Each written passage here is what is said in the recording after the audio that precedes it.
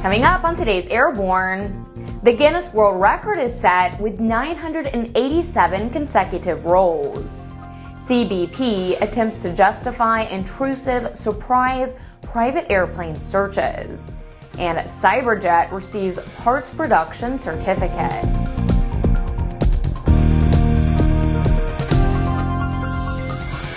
Welcome to Airborne on Aero-TV. I'm Ashley Hale.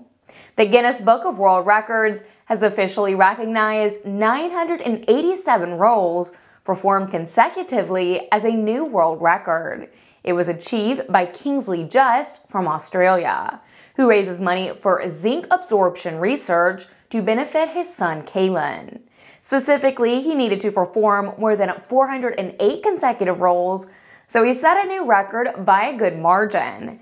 The event was held at Lethbridge Aerodrome in Lethbridge, Victoria, Australia on March 1st, and it took just under 1 hour to complete. That works out to about an average of 16 rolls per minute. He explains, quote, "I pulled a maximum of positive 4 Gs and negative 2 Gs during the rolls," end quote. The average speed of his pits was about 100 knots. Funds raised currently are about $5,330, which will support research for his 6-year-old son, who's been diagnosed with an extremely rare genetic condition. For several years, ANN has been alerting the GA industry to CBP's aggressive surveillance and intrusive searches of GA aircraft. In a recent incident, a pilot and his date landed in Marathon in the Florida Keys after a flight from Opa-Locka. According to his recounting, he was surrounded by federal agents in body armor and carrying assault rifles. They demanded that they be allowed to search the plane and grilled him on the purpose of his flight, according to the pilot, who was identified as Aaron Banks. Banks said he did not consent to his search of the airplane, but admitted that he did say, quote, "I am not authorizing anything, but do what you need to do," end quote. After 90 tense minutes, according to the pilot, the agents said that Banks and his date were free to go, and that they were, quote, "just doing their jobs to keep everyone safe," end quote. However, Banks felt differently. CBP disputed Banks' account of the event. The agency said the encounter lasted only about 20 minutes and was done because of an error in Banks' flight plan. They said the search was allowed and no weapons were ever drawn or used to intimidate the couple. You're watching Airborne. We'll be back after these messages with more news and our feature of the day. Since the early days of powered flight, pilots have struggled with landing in crosswinds. In fact, crosswinds and wind gusts cause more landing accidents than fog, thunderstorms, and icing combined. That's where the Redbird X-Wind SE comes in. By placing pilots in gusty crosswind conditions for extended periods of time, the X-Wind SE gives instructors all the time they need to teach the pilot the proper techniques for landing in crosswind conditions. For more information on Redbird X-Wind SE and Redbird's entire line of flight training devices, visit www.redbirdflightsimulations.com.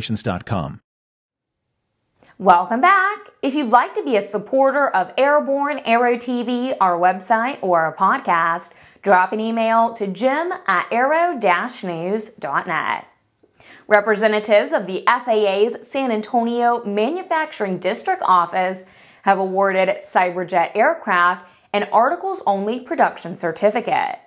SJA has worked to develop quality assurance, manufacturing, and inspection processes that meet the FAA's requirements. The production certificate authorizes SJA to manufacture, certify, and deliver articles in accordance with FAA regulations. In order to obtain this PC, SJA developed and demonstrated a fully functioning quality system that is compliant with all of the requirements of FAR Part 21.137. The FAA's evaluation process for obtaining a PC requires multiple audits to ensure compliance with the regulations. This production certificate is an important and significant step for SJA as it ramps up the manufacture and delivery of the SJ-30I and SJ-30X light business jets. It's Friday at last, and that means it's time for ANN's Editor-in-Chief Jim Campbell to check in with his weekly barnstorming commentary. This week, Jim is telling you about our free EAA AirVenture 2014 e-yearbook. It's our gift to you. Here's this week's barnstorming. Thanks, Ashley, and hi, folks. Well, I'm going to get away from the politics this week because we have a project coming up that I'm personally excited about. It's kind of based on something I remember seeing literally when I was a kid. Back in the 70s or so, some of the aero magazines that were popular at the time would do these compendiums at the end of the year and call it a yearbook of some kind. It was just their best stories and this and that. Although in those cases, it was repeat content, stuff that they'd had before, and they just kind of repurposed and threw it back together and called it a yearbook and sold a bunch more advertising and put that out on the newsstand. The concept of the yearbook, though, is valid, and it's one we want to employ as we try to raise the bar, as we do every year, for our Oshkosh coverage. As you're no doubt aware, we go nuts on Oshkosh. We put our heart and soul into covering what we consider to be the greatest show on or over Earth. And on top of it, there's a lot of emotional baggage that we carry every time we go to Oshkosh because I've been going for over 40 years. It's a place where I've just watched aviation grow up. It's a place where I kind of sort of grew up. And it's a place filled with the memories of very good friends and very great people and extraordinary airplanes and great moments and history in the making. So when Aero-News goes to Oshkosh, we bring our A game. Every year we do a tremendous amount of video and audio and stories and newsletters and this and that. And every year we try to raise the bar. The stuff we've done, for instance, with Airborne and our daily Airborne programs with Ashley and Nathan and the gang, well, we're really proud of that. But there's something that's got to be lasting above and beyond that, something more portable. So we're going to publish a yearbook. It's going to be an ebook. And yes, it's going to be free. Got that? Free. You'll find it on the kindredspirit.com site. Yes, it's listed for $2.99, but this week we're going to give you a coupon code that's going to take that $2.99 off. There's a reason for that, but it's all politics. But what we want from you is this. We are going to cram the yearbook full of our best stories, our best pictures, our best and worst list at the end of the year, some remembrances of why Oshkosh is great to us and why it should be great to everybody who's missed it or doesn't get out of it as much as they'd like. And yes, we're going to be remembering Paul. I've known Paul since I was a kid. And the fact that I'm going back to an Oshkosh where there's no Paul Poberezny, well, staggers me. And as you know, I've got my own memories of Oshkosh for a variety of reasons that are powerful enough. But without Paul, wow. So this is the deal. I want you to contribute. I want to hear from you. What are your stories of Paul? What are your stories of Oshkosh?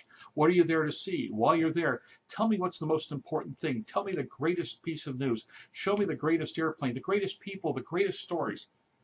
And send them to Jim, J-I-M, at aero-news.net. And hopefully they'll make it into the yearbook. We're going to be working on it 24/7 while we're there. Have it out either right at the end or shortly thereafter. And as I said, it'll be an ebook. It'll be free. It'll be yours. And it's one more way that we're trying to raise the bar and show you how much we love aviation and share that with you. For the Aero-News Network, Airborne and Aero-TV, I'm Jim Campbell. Boeing celebrated a milestone achievement on the 737 MAX program, surpassing the 2,000th order of the airplane.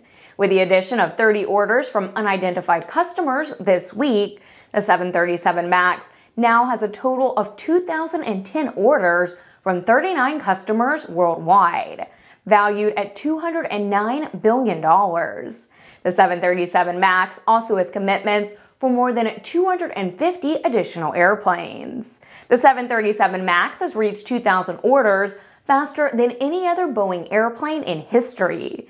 This unprecedented demand is fueled by air traffic growth and the need for more fuel-efficient airplanes. Keith Lever-Kuhn, Vice President and General Manager of the 737 MAX program, said, quote, 2,000 orders at this stage in the program is a remarkable achievement.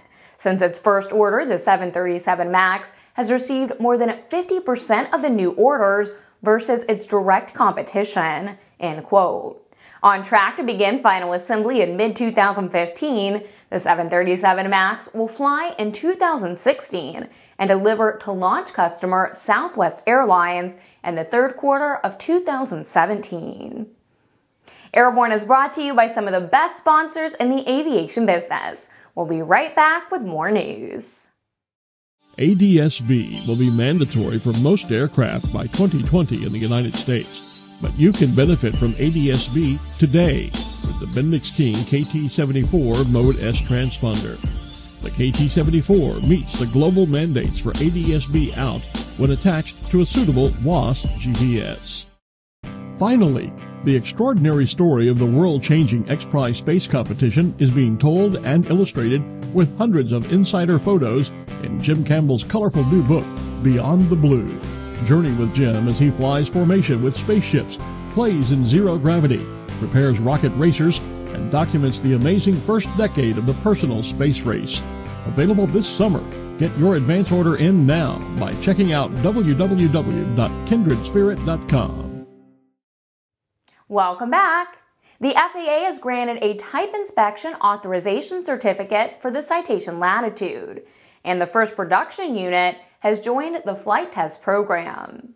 Textron says the TIA for Citation Latitude is a significant step toward certification as it allows Cessna to begin accumulating flight hours that will apply towards official certification. More than 60 flights and 130 hours have been flown in the Citation Latitude test program to date. Chris Hearn, Vice President of Business Jets, said, quote, "All systems are performing as expected on the Citation Latitude prototype and the first production aircraft, and we're eager to continue this progress in the next stage of flight testing," end quote. The second production Latitude is expected to join the flight test program this summer, and FAA type certification for the Citation Latitude is expected in the second quarter of 2015. Aerion Corporation has introduced a large configuration for the first in a family of supersonic business jets. The Erion AS2 is a 3-engine jet and is larger than the originally conceived Aerion supersonic business jet. Fuselage length is 160 feet and maximum takeoff weight is 115,000 pounds. Minimum projected range is 4,750 nautical miles, with the intention to achieve a range of more than 5,000 nautical miles.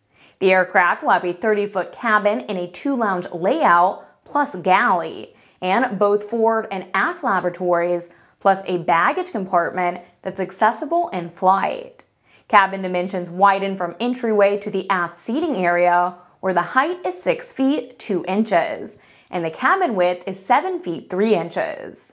The new aircraft will have 2 cruise sweet spots where range and efficiency are at a maximum. One at about 0.95 Mach for efficient cruise, where supersonic flight is prohibited, and one at Mach 1.4. Aerion CEO Doug Nichols said they plan to make practical and efficient supersonic flight a reality in just a few years. Well, that's our program. Remember to get comprehensive, real-time, 24/7 coverage of the latest aviation and aerospace stories at aero-news.net. Remember, Airborne is streamed 3 times a week and is always online. Join us every Monday, Wednesday, and Friday for a new edition. I'm Ashley Hale. Thanks for watching.